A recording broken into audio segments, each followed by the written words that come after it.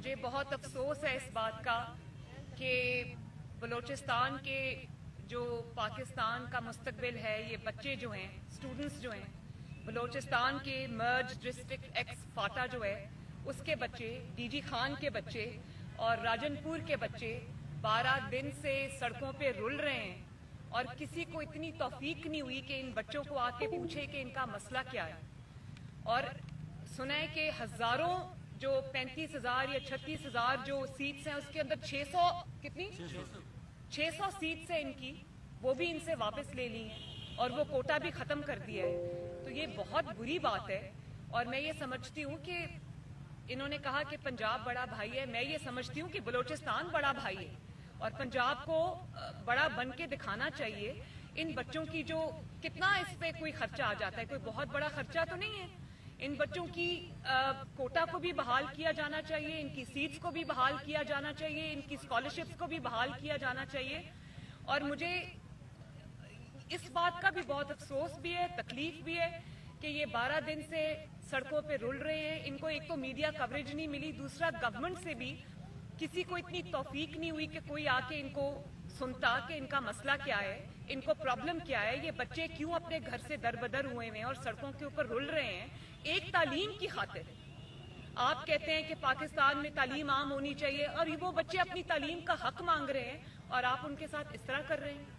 شہباز شریف صاحب نے ان کے اسکالرشپس ان کو دیے تھے، تو ایسی کیا آفت آ گئی کہ آپ کو وہی 600 اسکالرشپس بند کرنے پڑ گئے، وہ سیٹس آپ کو ختم کرنی پڑ گئی؟ یہ تو بہت میں سمجھتی ہوں کہ یہ کرمنل ہے، اور اس سے زیادہ کرمنل یہ ہے کہ یہ بچے سڑکوں پہ رل رہے ہیں۔ یہ دیکھو زمین پہ بیٹھے ہوئے ہیں، ان کی کوئی بات سننے والا نہیں ہے، کسی نے آ کے ان کے مطالبات پہ کان نہیں دھرا۔ تو بہت افسوس کی اور شرم کی بات ہے۔ بھئی مجھے سمجھ آتی ہے کہ آپ نااہل ہیں، آپ نالائق ہیں، آپ کو سوائے ملک میں انتقام کے اور کوئی کام نہیں ہے، لیکن خدا کا واسطہ جعلی صحیح، لیکن کم از کم وزیر اعظم کی کرسی پہ تو بیٹھے ہو۔ ان بچوں کو تو دیکھو کہ یہ بچے کیا کر رہے ہیں۔ یہ بچوں کا تعلق مسلم لیگ نون سے نہیں ہے، یہ بچے پاکستان کے بچے ہیں، یہ پاکستان کا فیوچر ہے جو سڑکوں پہ رل رہا ہے۔ یہ اسٹوڈنٹس نہیں ہیں جو سڑکوں پہ رل رہے ہیں، یہ پاکستان کا فیوچر ہے جو سڑکوں پہ رل رہا ہے۔ شرم آنی چاہیے آپ کو۔ میڈم یہ بتائیں کہ جس شخص نے انہیں اسکالرشپ دی تھی وہ آج کوٹ لکھپت جیل میں ہے، اور ساتھ ہی ساتھ دوسرا سوال یہ ہے کہ جو کراچی میں واقعہ ہوا، آپ کا دروازہ توڑ کر جس طریقے سے وہاں پر کیپٹن صفدر کو گرفتار کیا گیا، چیف آف آرمی اسٹاف نے جو ہے اس پر نوٹس دیا، آپ سمجھتی ہیں کہ انصاف ملے گا؟ جس شخص کی آپ نے بات کی کہ جنہوں نے اسکالرشپ دیا تھا اور وہ جیل میں ہے، میں دل سے یہ بات مانتی ہوں کہ جس طرح انہوں نے پنجاب کی خدمت کی، اب یہ دوسرے صوبوں سے کو گلے لگایا، ان کو جگہ دی، اور یہ کوئی احسان نہیں ہے، یہ ان کا حق ہے۔ یہ بھی میں آپ کو بتاؤں کہ یہ ان کا حق ہے، چاہے وہ جس بھی صوبے سے تعلق رکھتے ہیں، جس بھی علاقے سے تعلق رکھتے ہیں، یہ ان کا حق ہے جو ان کو ملا ہے۔ تو شہباز شریف صاحب کے بغیر میں دل سے فیل کرتی ہوں پنجاب آج بالکل لاوارث ہے۔ جس طرح نواز شریف کے بغیر آج پاکستان لاوارث ہے، اسی طرح شہباز شریف کے بغیر آج پنجاب لاوارث ہے۔ اور شہباز شریف کو جو آپ نے جیل میں رکھا ہوا ہے، تو پنجاب کے عوام سب دیکھ رہے ہیں، ان کو پتہ ہے خدمت کس نے کی ہے دل سے اور کون وہ کر رہا ہے۔ شہباز شریف صاحب کو جیل میں اس لیے نہیں رکھا ہوا کہ ان کی کوئی خدا نخواستہ کوئی کرپشن ہے، ان کی جس دیانتداری سے انہوں نے پنجاب کے عوام کی خدمت کی ہے، اس کی وٹنس میں ہوں۔ اور ان کو صرف اس بات کی سزا مل رہی ہے کہ انہوں نے ان کو جو بھائی سے بھائی کو لڑانے کی سازش کی تھی، اس میں انہوں نے اپنے بھائی کا ساتھ دیا۔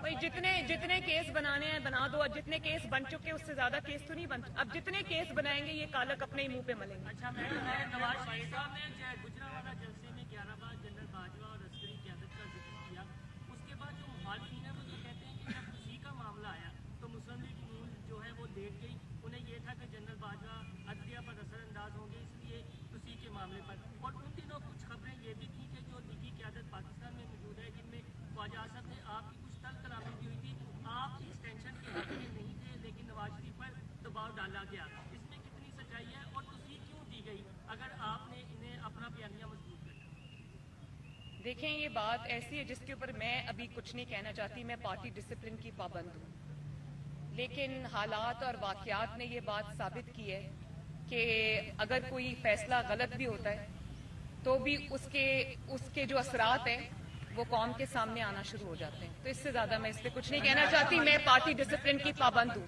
میں اس بات سے اگری کروں یا نہ کروں, لیکن میں پارٹی ڈسپلن کی پابند ہوں.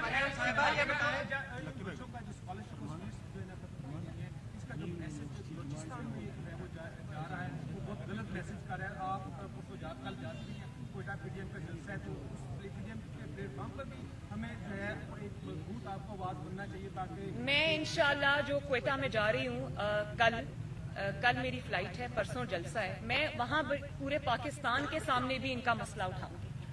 اور میں یہاں پر کسی سیاسی مقصد کے لیے نہیں آئی. بہت سارے احتجاج ہوتے ہیں, میں نہیں آتی کیونکہ میں سمجھتی ہوں کہ یہ کوئی سیاسی شو نہیں ہے. لیکن مجھے دل سے ان بچوں کی تکلیف تھی. میں ان کو سوشل میڈیا پہ فالو کری تھی کیونکہ مین اسٹریم میڈیا نے تو دکھایا نہیں. شاید ان کو منع کیا گیا ہوگا کہ ان کو بچوں کو نہیں دکھانا, کیونکہ اس سے نہ صرف ان کی نااہلی ثابت ہوتی ہے, ان کی ایپتھی ثابت ہوتی ہے, بلکہ یہ بھی ثابت ہوتا ہے کہ آپ کو ان کی پرواہ نہیں ہے. تو جب میں نے دیکھا کہ ان کا کوئی سننے والا نہیں ہے, وہ 12 دن سے اپنے گھروں کو چھوڑ کے رول رہے ہیں سڑکوں پہ, تو میں خود انہوں نے مجھے نہیں بلایا, میں خود آئی ہوں ان کے پاس. تو ان کا مسئلہ میں انشاءاللہ بلوچستان جا کے بھی اٹھاؤں. اچھا مریم صاحبہ ایک بتائیں کہ آپ وہ پہلے مریم صاحبہ بتا دیں مریم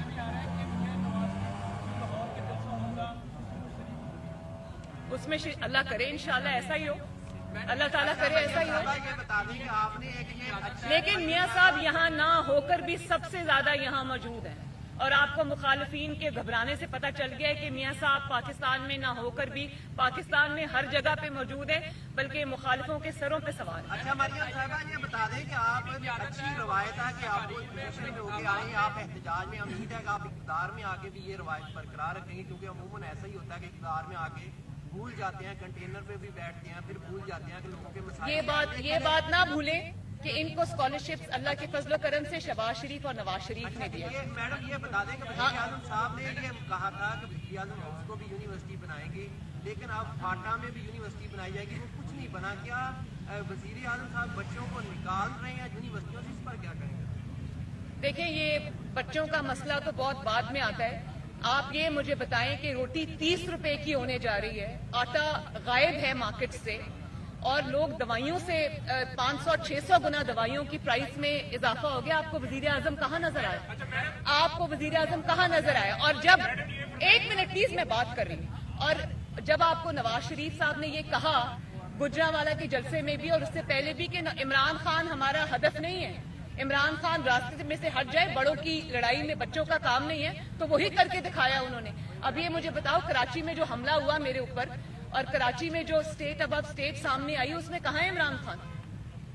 انہوں نے یہ بتا دیا ہے کہ میں نہ کسی گنتی میں ہوں, نہ میں کسی چیز میں ریلیونٹ ہوں. یہ 2-3-4 بڑے بڑے لوگوں کی لڑائی ہے, اس میں عمران خان کہیں بھی نہیں ہے بھائی. نہ وہ ان بچوں کے ساتھ ہے, نہ وہ غریب کے جو چولہے بجھ گئے ہیں وہاں ہے. اور دوائیاں آپ دیکھو, ہر گھر میں ڈائبٹیز کا مریض ہے, ہر گھر میں شوگر کا مریض ہے, انسولین کتنی مہنگی ہو گئی ہے, دوائیاں کتنی مہنگی ہو گئی, لوگوں کا مرنا بھی مشکل ہو گیا. روٹی 30 روپے کی ہونے جا رہی ہے, آٹا چینی اتنی مہنگی ہوگی. اس گورنمنٹ کا کوئی, چلو جعلی صحیح, نالائق صحیح, لیکن کوئی دل میں درد ہوتا ہے, کوئی احساس ہوتا ہے عوام کا. آپ جواب دو ان لوگوں کو. اتنی کرمنل ایپتھی اچھی بات نہیں ہے. مجھے تو سمجھ نہیں آتی کہ یہ انہوں نے اللہ تعالیٰ کو جواب نہیں دینا. اور 2 سال میں ان کا جو حال ہو گیا ہے وہ اس لیے ان کی نالائکی اور نااہلی کی وجہ سے نہیں ہوا, ان جو اپوزیشن کی وجہ سے نہیں ہوا, یہ عوام کی بد دعاؤں کی وجہ سے ہوا ہے, ان جیسے اسٹوڈنٹس کی بد دعاؤں کی وجہ سے ہوا ہے.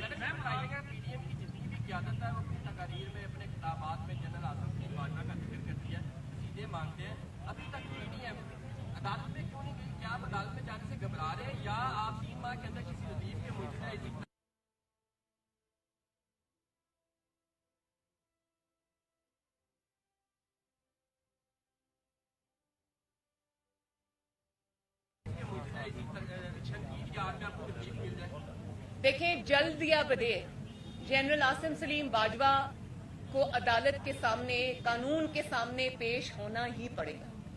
یہ نہیں ہو سکتا, کوئی مقدس گائے نہیں ہے یہاں پر. اگر نواز شریف ایک 3 دفعہ کا وزیر اعظم